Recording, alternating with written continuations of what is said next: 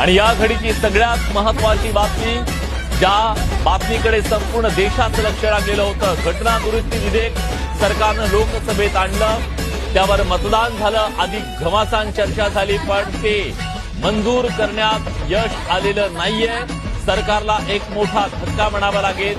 लोकसभेमध्ये मोदी सरकारला हे विधेयक मंजूर करता आलेलं नाहीये. 2/3 बहुमत त्यांना मिळवणं गरजेचं होतं या घटना दुरुस्ती विधेयकाच्यासाठी, पण ते त्यांना मिळवता आलेलं नाहीये. केवळ 298 मतं त्यांना मिळाली, विरोधात 230 मतं पडली. याचा अर्थ सरकारला या विधेयकाच्या बाजूने समर्थन मिळवण्यामध्ये अपयश आलेलं आहे आणि निश्चितपणे मोदी सरकारसाठी हा एक मोठा धक्का म्हणावा लागेल. आतापर्यंत म्हणजे गेल्या अनेक वर्षामध्ये संसदेमध्ये अशा प्रकारची जी वेळ आहे ती सरकार